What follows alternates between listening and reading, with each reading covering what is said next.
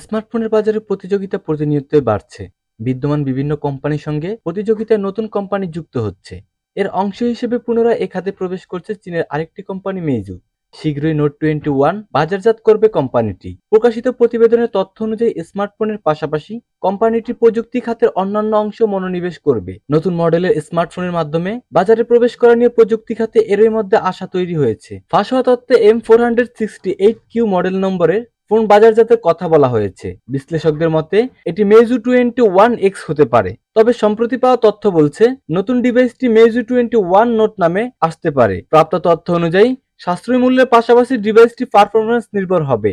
এতে কোয়ালকমের Snapdragon 8 Gen 2 processor ব্যবহার করা হতে পারে। এটি পুরনো হলেও প্রযুক্তিবিদদের মতে চিপটি উচ্চ ক্ষমতাসম্পন্ন ও শক্তিশালী। এছাড়া মেইজু 21-এ 5500 মিলি অ্যাম্পিয়ার আওয়ারের ব্যাটারি ও 66 ওয়াটের ফাস্ট চার্জিং ক্ষমতা থাকবে বলে সূত্রে জানা গেছে। আনুষ্ঠানিকভাবে কোম্পানির পক্ষ থেকে ডিভাইস সম্পর্কিত বা বাজারজাতের সময় নিয়ে বিস্তারিত কিছুই জানানো হয়নি। তবে 3C সার্টিফিকেশনের কাছাকাছি বৈশিষ্ট্যের একটি স্মার্টফোনের তথ্য জানা গেছে, যে কারণে বিশ্লেষকরা মনে করছেন হয়তো শীঘ্রই অনুরূপ ডিভাইসটি বাজারে আসতে পারে।